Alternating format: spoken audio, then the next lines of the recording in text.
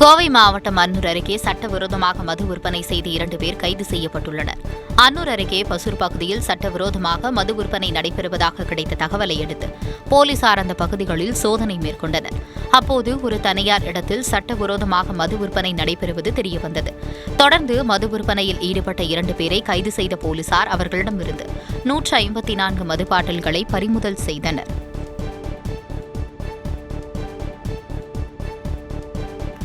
திருப்பத்தூர் மாவட்டம் ஆம்பூர் அருகே அரசு பள்ளியில் மாவட்ட ஆட்சியர் மாணவர்களுடன் அமர்ந்து காலை உணவு உட்கொண்ட ஆய்வு மேற்கொண்டார். ஆம்பூர் அடுத்த வடபுதுப்பட்டு மற்றும் கீழ்முருங்கை கிராம ஊராட்சிகளில் உங்களை தேடி உங்கள் ஊரில் திட்டத்தின் கீழ் மாவட்ட ஆட்சியர் தர்பகராஜ் தலைமையிலான அரசு அதிகாரிகள் கள ஆய்வு மேற்கொண்டு வருகின்றனர். இந்நிலையில் இன்று ஊராட்சிகளில் மேற்கொள்ளப்படும் தூய்மை பணிகள் குறித்து ஆய்வு செய்த அவர் அரசு பள்ளிகளில் மாணவர்களுக்கு வழங்கப்படும் உணவை மாணவர்களுடன் அமர்ந்து உட்கொண்டு ஆய்வு செய்தார்.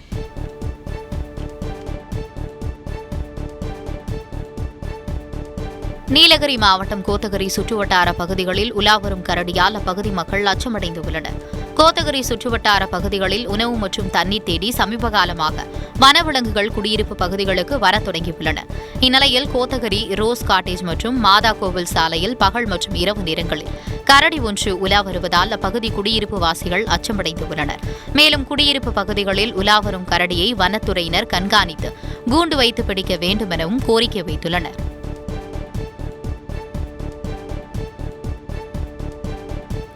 புரட்டாசி மாதத்தை முன்னிட்டு அய்யலூர் ஆட்டு சந்தை களையிழந்து வர்த்தகம் பாதிக்கப்பட்டுள்ளது. திண்டுக்கல் மாவட்டம் வேடச்சந்தூர் அருகே உள்ள அய்யலூரில் வாரந்தோறும் வியாழக்கிழமையில் ஆட்டு சந்தை நடைபெறுகிறது. வழக்கமாக வாரம் 50 முதல் 60 லட்சம் ரூபாய் வரை வர்த்தகம் நடைபெறும். அய்யலூர் ஆட்டு சந்தையில் இன்று நடைபெற்ற சந்தையில் புரட்டாசி மாதம் என்பதால் வழக்கத்தை விட வியாபாரிகள் குறைவாக வந்திருந்தனர்.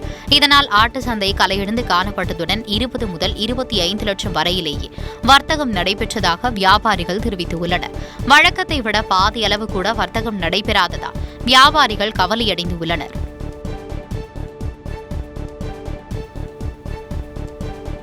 மதுரை மாவட்டம் மாடகுளம் ஆதிதிராவிட நலத்துறை மாணவர் விடுதி காப்பாளரை பணி நீக்கம் செய்ததை கண்டித்து மாணவர்கள் உண்ணாவிரத போராட்டத்தில் ஈடுபட்டனர். மாடகுளம் பகுதியில் செயல்பட்டு வரும் ஆதிதிராவிட நலத்துறை அரசு முதுகலை பட்டதாரி மாணவ விடுதியில் காப்பாளராக சங்கர சபாபதி என்பவர் பணியாற்றி வருகிறார். இந்நிலையில் இவர் ஆதிதிராவிட நலத்துறை அதிகாரிகள் குறித்து பேசியது சர்ச்சையான நிலையில் ஆதிதிராவிட நலத்துறை இயக்குநர் விடுதி காப்பாளர் சங்கர சபாபதியை பணியிட நீக்கம் செய்துள்ளார். இதை கண்டித்து 60க்கும் மேற்பட்ட கல்லூரி மாணவர்கள் சட்டையில் கருப்பு பேட்ஜ் அணிந்து உண்ணாவிரத போராட்டத்தில் ஈடுபட்டனர்.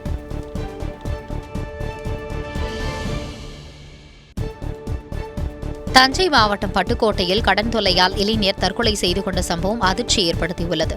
பட்டுக்கோட்டை நகராட்சிக்கு உட்பட்ட மேலத்தெரு பகுதியைச் சேர்ந்த ராஜ்குமார் தனது மனைவி மற்றும் 2 குழந்தைகளுடன் வசித்து வருகிறார். இந்நிலையில் குடும்ப சூழல் காரணமாக குழுவில் கடன் வாங்கியதாகவும் அந்த பணத்தை கட்ட தாமதம் ஏற்பட்டதாகவும் கூறப்படுகிறது.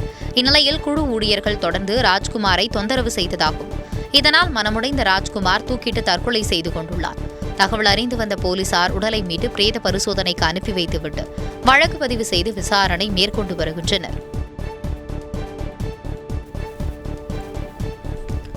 நீலகிரி மாவட்டம் உதகை அருகே 9 வயது சிறுமிக்கு பாலியல் தொந்தரவு கொடுத்த நபர் கைது செய்யப்பட்டார். உதகை அருகே உள்ள கிராமத்தில் கூலி வேலை செய்து வரும் தம்பதி 2 மகள்களுடன் வசித்து வருகின்றனர். இவர்களின் முதல் மகள் 5ஆம் வகுப்பு படித்து வருகிறார்.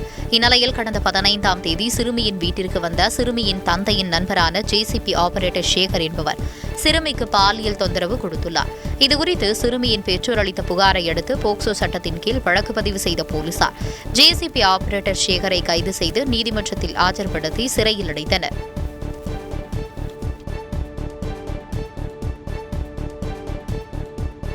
ராணிப்பேட்டை மாவட்டம் அரக்கோணத்தில் ரயிலில் கேட்பாரற்று கிடந்த 2 பைகளில் இருந்த சுமார் 10 கிலோ கஞ்சா பறிமுதல் செய்யப்பட்டுள்ளது. அரக்கோணம் ரயில் நிலையம் வழியாக கஞ்சா கடத்தப்படுவதாக கிடைத்த தகவலை அடுத்து ரயில்வே பாதுகாப்பு படையினர் சோதனை மேற்கொண்டனர். அப்போது எர்ணாகுளம் விரைவு ரயில் புதுப்பேட்டையில் சோதனை செய்த போது இருக்கைக்கு அடியில் கேட்பாரற்று கிடந்த 2 பைகளில் இருந்து சுமார் 10 கிலோ எடையுள்ள 9 பண்டல்களில் கஞ்சா இருப்பது தெரியவந்தது. இதையடுத்து அவற்றை பறிமுதல் செய்து காஞ்சிபுரம் போதை தடுப்பு பிரிவு காவல்துறையினரிடம் ஒப்படைக்கப்பட்டது.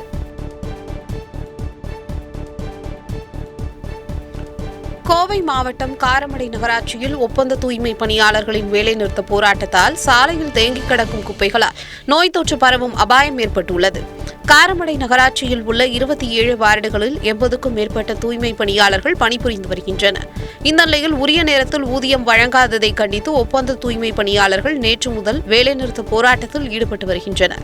இதனால் காரமடை நகர் பகுதிகளில் குப்பைகள் எடுக்கப்படாததால் துர்நாற்றம் வீசுவதோடு நோய் தொற்று ஏற்படும் அபாயமும் ஏற்பட்டுள்ளது. எனவே நகராட்சி நிர்வாகம் தூய்மை பணியாளர்களுடன் பேச்சுவார்த்தை நடத்தி குப்பைகளை எடுக்க நடவடிக்கை எடுக்க வேண்டும் என்று பொதுமக்கள் கோரிக்கை வைத்துள்ளனர்.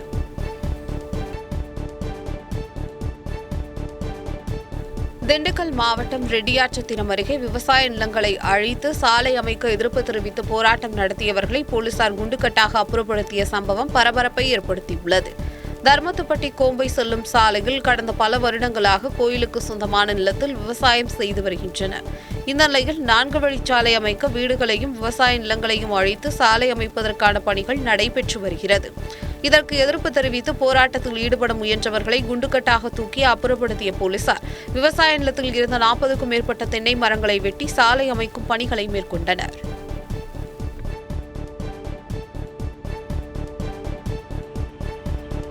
நீலகிரி மாவட்டம் குன்னூர் அருகே கிணறு தோண்ட பாறைக்கு வெடிவைத்த குற்றவாளியை போலீசார் கைது செய்தனர். ஷேலாஸ்கேந்தலா கிராமத்தில் வசித்து வரும் சுரேஷ் என்பவர் தனது தேயிலை தோட்டத்தில் கடந்த சில மாதங்களாக அனுமதி பெறாமல் கிணறு ஒன்றை தோண்டி வந்துள்ளார். அப்போது கிணற்றில் இருந்த பாறையை வெடிவைத்து தகர்த்துள்ளனர். இதுகுறித்து குடியிருப்பு வாசிகள் வருவாய்த்துறைக்கு தகவல் அளித்துள்ளனர். தொடர்ந்து தோட்ட உரிமையாளர் சுரேஷை கைது செய்த போலீசார் தலைமறைவாக இருந்த கிணறு வெட்ட வெடிமருந்து பயன்படுத்திய சுந்தர் என்பவரை தேடி வந்தனர். இந்த நிலையில் திருச்சியில் தலைமறைவாக இருந்த சுந்தரை கைது செய்த தனிப்படை போலீசார் சிறையில் அடைத்தனர். திருவண்ணாமலை மாவட்டம் ஆரணி அருகே அடையாளம் தெரியாத 50 வயது மதிக்கத்தக்க பெண் கழுத்தறுத்து படுகொலை செய்யப்பட்ட சம்பவம் அதிர்ச்சியை ஏற்படுத்தியுள்ளது.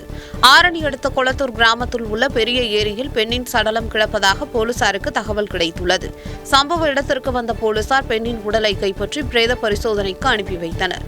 மேலும் இந்த சம்பவம் குறித்து வழக்கு பதிவு செய்து கொலைக்கான காரணம் குறித்து விசாரணை நடத்தி வருகின்றனர். மயிலாடுதுறை மாவட்டத்தில் சம்பா தாளடி சாகுபடிக்கு விதைவிடும் பணிகளில் விவசாயிகள் தீவிரமாக மேற்கொண்டு வருகின்றனர். மயிலாடுதுறை, குத்தாலம், தரங்கம்பாடி, சீர்காழி ஆகிய தாலுகாக்களில் சம்பா தாளடி சாகுபடிக்கு காவிரி நீர் கிடைக்கும் என்ற நம்பிக்கையில் விவசாயிகள் நெல் சாகுபடி பணிகளில் முழுவீச்சில் ஈடுபட்டுள்ளனர். இந்த நிலையில் பருவமழை தொடங்கும் வரையில் காவிரியில் இருந்து தங்கு தடையின்றி தண்ணீர் திறந்துவிட வேண்டும், தட்டுப்பாடு இன்றி மும்முனை மின்சாரமும் வழங்க மாவட்ட நிர்வாகம் நடவடிக்கை எடுக்க வேண்டும் என்றும் கோரிக்கை வைத்துள்ளனர். மேலும் சம்பா தாளடிக்கு தொகுப்பு திட்டத்தை அறிவித்து உரிய நேரத்தில் உரம் மற்றும் இடுபொருட்களை அரசு வழங்க நடவடிக்கை எடுக்க வேண்டும் என்றும் விவசாயிகள் கோரிக்கை வைத்துள்ளனர். திருப்பத்தூர் மாவட்டம் புதுப்பேட்டை சாலை பகுதியில் மனைவியை கத்தியால் குத்திய வழக்கில் சிறை சென்று வந்த கணவன் விஷமருந்தி தற்கொலை செய்து கொண்டுள்ளார். கள்ளக்கோட்டை பகுதியைச் சேர்ந்த பிரவீன், நந்தினி தம்பதியினர் கருத்து வேறுபாடு காரணமாக கடந்த 6 மாதங்களாக பிரிந்து வாழ்ந்து வந்துள்ளனர். இந்நிலையில் மனைவி பணியாற்றும் நிறுவனத்திற்கு சென்ற பிரவீன் மனைவியை தன்னுடன் வருமாறு அழைத்துள்ளார். ஆனால் அவர் வர மறுத்ததால் பிரவீன் தான் மறைத்து வைத்திருந்த கத்தியால் சரமாரியாக மனைவியை குத்தியுள்ளார். இது தொடர்பான வழக்கில் சிறை சென்று வந்த பிரவீன் மன உளைச்சலில் இருந்ததாகவும் தற்கொலை செய்து கொள்வதாக வீடியோ வெளியிட்டு விஷமருந்தி தற்கொலை செய்து கொண்டுள்ளார்.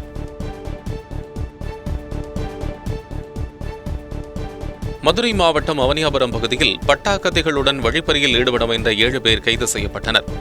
வைக்கம் பெரியார் நகர் சாலையில் போலீசார் ரோந்து பணியில் ஈடுபட்டபோது சந்தேகத்துக்குரிய வகையில் வாளுடன் நின்று கொண்டிருந்த குமார் என்பவரை பிடித்து விசாரித்தனர். அதில் முன்பகையால் தன்னை கொலை செய்ய திட்டமிட்டு வரும் நபர்களை கொலை செய்ய திட்டமிட்டு அதன் செலவுக்காக பொதுமக்களிடம் ஆயுதங்களை காட்டி வழிப்பறி செய்ய திட்டமிட்டதாக கூறியுள்ளார். இதையடுத்து அவர் கூறிய 7 பேரையும் கைது செய்த போலீசார் அவர்களிடமிருந்து 6 பட்டா கத்தி, வாள் உள்ளிட்ட ஆயுதங்களை பறிமுதல் செய்தனர்.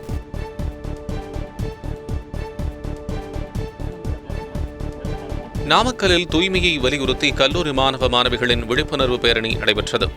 நாமக்கல் மாநகராட்சியின் சார்பில் தூய்மையே சேவை என்னும் தலைப்பில் 2 வார காலத்திற்கு மாநகராட்சிக்குட்பட்ட பகுதிகளில் தூய்மை பணிகள் மேற்கொள்ளப்பட்டு வரும் நிலையில் பொதுமக்களிடையே இது தொடர்பாக விழிப்புணர்வை ஏற்படுத்தும் விதமாக கல்லூரி மாணவ மாணவிகளின் விழிப்புணர்வு பேரணி நடைபெற்றது. நாமக்கல் மாநகராட்சி ஆணையாளர் ரா மகேஸ்வரி பேரணியை தொடங்கி வைத்தார். இதில் 500க்கும் மேற்பட்ட மாணவிகள் கலந்து கொண்டு விழிப்புணர்வை ஏற்படுத்தினர். தருமபுரி மாவட்டம் பென்னாகரம் அருகே ஊராட்சி மன்ற வார்டு உறுப்பினரை பட்டாக்கத்தியை காட்டி கொலை மிரட்டல் விடுத்த பாமக நிர்வாகி கைது செய்யப்பட்டார். கூத்தப்பாடி பகுதியில் ஊராட்சி மன்ற நிர்வாகத்தின் சார்பில் குடிநீர் குழாய் அமைக்கும் பணி நடைபெற்று வருகிறது. இதில் ஒரு சில தெருக்களில் முறையாக குடிநீர் விநியோகம் செய்யப்படுவதில்லை என வார்டு உறுப்பினர் புகழேந்தி என்பவரிடம் பொதுமக்கள் புகார் தெரிவித்துள்ளனர். அப்போது மது போதையில் அங்கு வந்த பாமக நிர்வாகி எல்லப்பன் புகழேந்தியிடம் தகராறு செய்ததோடு பட்டா கத்தியை காட்டி கொலை மிரட்டல் விடுத்துள்ளார். இந்த வீடியோ சமூக வலைதளத்தில் வைரலான நிலையில் பாமக நிர்வாகியை போலீசார் கைது செய்தனர். வேலூர் மாவட்டம் குடியாத்தம் அருகே ஆதீனவடத்தில் மர்ம நபர்கள் திருட முயன்ற சம்பவம் பரபரப்பை ஏற்படுத்தியுள்ளது. கொல்லப்பள்ளி பகுதியில் வள்ளிமலை ஆதீனம் சிவானந்த வாரியார் சுவாமிகள் குமார மடம் உள்ளது. அங்கு தனது மனைவியுடன் சிவானந்த வாரியார் வசித்து வருகிறார். இதனிடையே நேற்று ஆதீனத்திற்குள் நுழைந்த மர்ம நபர்கள் திருட முயற்சி செய்துள்ளனர். அலாரம் அடித்த நிலையில் உஷாரான ஆதீனம் போலீசாருக்கும் பொதுமக்களுக்கும் தகவல் அளித்துள்ளார். உடனடியாக கிராம மக்கள் வருவதை அறிந்த கொள்ளை கும்பல் அங்கிருந்து தப்பி ஓடிவிட்டனர். இதுகுறித்து போலீசார் வழக்கு பதிவு செய்து விசாரணை மேற்கொண்டு வருகின்றனர். கரூர் மாவட்டம் வெண்ணெய்மலையில் கோயிலுக்கு சொந்தமான இடத்தில் உள்ள கடைகளுக்கு சீல் வைக்கும்படி நடைபெற இருந்த நிலையில் அப்பகுதியில் பொதுமக்கள் குவிந்ததால் பரபரப்பு ஏற்பட்டது. வெண்ணெய்மலை ஸ்ரீ பாலசுப்பிரமணிய சுவாமி கோயிலை சுற்றியுள்ள நிலங்களை நீதிமன்ற உத்தரவின் அடிப்படையில் மீட்கும் நடவடிக்கைகளில் அறநிலைத்துறை மேற்கொண்டு வந்தது. இந்நிலையில் கோயில் அருகில் உள்ள 2 நிறுவனங்கள் மற்றும் 8 கடைகளுக்கு சீல் வைக்கும் பணி நடைபெறவிருந்த நிலையில் அப்பகுதியில் பொதுமக்கள் திரண்டனர். இதனால் அங்கு போலீசார் குவிக்கப்பட்டு கோயில் செயல் அலுவலர் அலுவலகத்தில் பொதுமக்கள் சார்பாக பிரதிநிதிகளுடன் கோட்டாட்சியர் தலைமையிலான அதிகாரிகள் பேச்சுவார்த்தையில் ஈடுபட்டனர். செங்கல்பட்டு மாவட்டம் மதுராந்தகம் அருகே அம்பேத்கர் சிலை மற்றும் புத்தர் சமத்துவ பூங்காவிற்கு மின்சாரம் துண்டிக்கப்பட்டதை கண்டித்து பொதுமக்கள் சாலை மறியலில் ஈடுபட்டனர். சோத்பாக்கம் திருச்சி சென்னை தேசிய நெடுஞ்சாலையில் மேம்பாலத்தின் அருகே அம்பேத்கர் சிலை மற்றும் சமத்துவ பூங்கா புத்தர் சிலை உள்ளது. கடந்த 10 நாட்களுக்கு முன் இந்த பகுதியில் திடீரென மின்சாரம் துண்டிக்கப்பட்டுள்ளது. இதுகுறித்து மனு அளித்தும் நடவடிக்கை எடுக்காததால் 50க்கும் மேற்பட்டோர் மதுராந்தகம் சாலையில் மறியல் போராட்டத்தில் ஈடுபட்டனர். தகவல் அறிந்து வந்த போலீசார் மறியலில் ஈடுபட்டவர்களை கைது செய்து தனியார் திருமண மண்டபத்தில் அடைத்து வைத்தனர். காஞ்சிபுரம் மாவட்டம் சுங்குவாச்சத்திரத்தில் உள்ள சாம்சங் தொழிற்சாலை ஊழியர்கள் 10வது நாளாக போராட்டத்தில் ஈடுபட்டுள்ளனர். சாம்சங் தொழிற்சாலையில் பணிபுரிந்து வரும் 1500க்கும் மேற்பட்ட தொழிலாளர்கள் ஊதிய உயர்வு, தொழிற்சங்க அங்கீகாரம் உள்ளிட்ட 8 அம்ச கோரிக்கைகளை வலியுறுத்தி 10வது நாளாக போராட்டத்தில் ஈடுபட்டு வருகின்றனர். இந்நிலையில் தொழிற்சாலை நிர்வாகிகள் ஊழியர்களின் குடும்பத்தினரை அலைபேசியில் தொடர்பு கொண்டு வேலை திரும்ப அழுத்தம் தருவதாகவும் குற்றம் சாட்டி வருகின்றனர். ராணிப்பேட்டை மாவட்ட ஆட்சியர் அலுவலகத்தில் இறுதி வரைவு வாக்குச்சாவடி பட்டியலை மாவட்ட ஆட்சியர் சந்திரகலா வெளியிட்டார். இந்திய தேர்தல் ஆணையம் மூலம் கடந்த மாதம் 29ஆம் தேதி சிறப்பு சுருக்க திருத்தம் மற்றும் வாக்குச்சாவடி மறுசீரமைப்பு பணிகள் மேற்கொள்ளப்பட்டது. அதன்படி பணிகள் முடிந்து ராணிப்பேட்டை மாவட்டத்தில் உள்ள 4 சட்டப்பேரவை தொகுதிகளில் உள்ள வரைவு வாக்குச்சாவடி பட்டியலை அங்கீகரிக்கப்பட்ட அரசியல் கட்சியினர் முன்னிலையில் அலுவலக கூட்ட அரங்கில் மாவட்ட ஆட்சியர் சந்திரகலா வெளியிட்டார். நீலகிரி மாவட்டம் கோத்தகிரியில் தூய்மை பணியாளர்களை தகாத வார்த்தையால் திட்டிய நபர் மீது நடவடிக்கை எடுக்க கோரி தூய்மை பணியாளர்கள் காவல் நிலையத்தை முற்றுகையிட்டனர். கோத்தகிரி பேரூராட்சிக்கு உட்பட்ட 21 வார்டுகளில் தூய்மை பணியாளர்கள் பணியாற்றி வருகின்றனர்.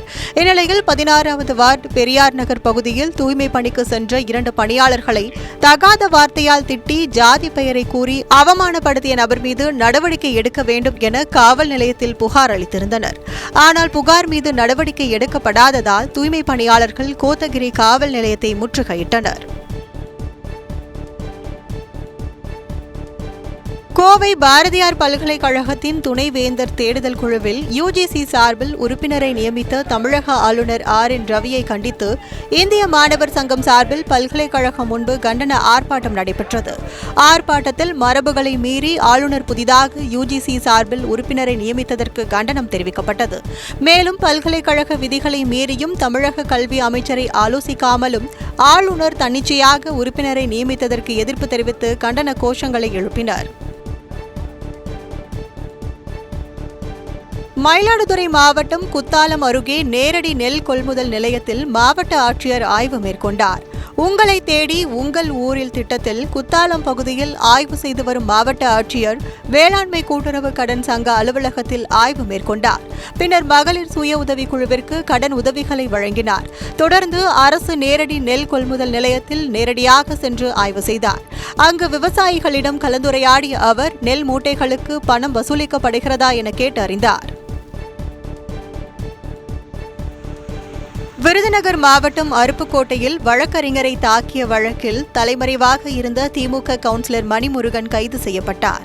அருப்புக்கோட்டை எம்டிஆர் நகர் பகுதியைச் சேர்ந்த வழக்கறிஞர் பாஸ்கரன் என்பவர் மீது கடந்த சில தினங்களுக்கு முன் 3 பேர் கொலைவெறி தாக்குதல் நடத்தியுள்ளனர். இதில் படுகாயமடைந்த பாஸ்கரன் மருத்துவமனையில் சிகிச்சை பெற்ற நிலையில் முன்விரோதம் காரணமாக திமுக கவுன்சிலர் மணிமுருகன் தூண்டுதலின் பேரில் 3 பேர் தன்னை தாக்கியதாக புகார் அளித்தார். இதையடுத்து வழக்கு பதிவு செய்த போலீசார் தலைமறைவாக இருந்த மணிமுருகனை கைது செய்தனர். திருவாரூர் மாவட்டம் நன்னிலம் பள்ளி கல்லூரி மாணவர்களுக்காக தனி பேருந்து இயக்க வேண்டும் என பொதுமக்கள் கோரிக்கை விடுத்துள்ளனர். நன்னிலம், குடவாசல், வலங்கைமான் பகுதிகளில் பள்ளி மற்றும் கல்லூரி நேரங்களில் இயக்கப்படும் பேருந்துகளில் மாணவர்கள் படிக்கட்டுகளில் தொங்கியபடி அபாயகரமாக பயணம் செய்வதாக கூறப்படுகிறது. இந்நிலையில் பள்ளி, கல்லூரி நேரங்களில் பேருந்துகள் குறைவாக இயக்கப்படுவதாகவும் இதனால் கூட்ட நெரிசல் அதிகமாக இருப்பதாகவும் கூறப்படுகிறது. எனவே பள்ளி, கல்லூரி நேரங்களில் கூடுதலாக பேருந்துகளை இயக்க வேண்டும் அல்லது பள்ளி, கல்லூரி மாணவர்களுக்கு தனியாக பேருந்துகளை இயக்க வேண்டும் என பொதுமக்கள் கோரிக்கை விடுத்துள்ளனர். அரியலூர் மாவட்டம் ஜெயங்கொண்டம் அருகே ஆதிச்சனூர் ஊராட்சி ஒன்றிய தொடக்கப்பள்ளி முன்பு தலைமை ஆசிரியை கண்டித்து பெற்றோர் போராட்டத்தில் ஈடுபட்டனர். ஆதிச்சனூர் ஊராட்சி ஒன்றிய தொடக்கப்பள்ளியில் தலைமை ஆசிரியர் பணியிட மாற்றம் செய்யப்பட்டுள்ள நிலையில் தற்போது பொறுப்பு தலைமை ஆசிரியராக மங்கையர்கரசி என்பவர் பணியாற்றி வருகிறார். இந்நிலையில் பொறுப்பு தலைமை ஆசிரியராக பணியாற்றி வரும் மங்கையர்கரசி என்பவர் தன்னிச்சையாக செயல்படுவதாகவும் காலை உணவு திட்டத்தில் மாணவர்களை சிரமப்படுத்துவதாகவும் குற்றம் சாட்டுகின்றனர். இந்நிலையில் நடவடிக்கை எடுக்க வட்டார கல்வி அலுவலரிடம் மனு அளித்தும் நடவடிக்கை எடுக்காததால் பள்ளிக்கு முன்பு திரண்ட பெற்றோர் முற்றுகை போராட்டத்தில் ஈடுபட்டனர். திண்டுக்கல் மாவட்டம் கள்ளுப்பட்டியில் விபத்தில் உயிரிழந்ததாக கூறப்படும் இளைஞரின் மரணத்தில் மர்மம் இருப்பதாக கூறி உறவினர்கள் சாலை மறியலில் ஈடுபட்டனர்.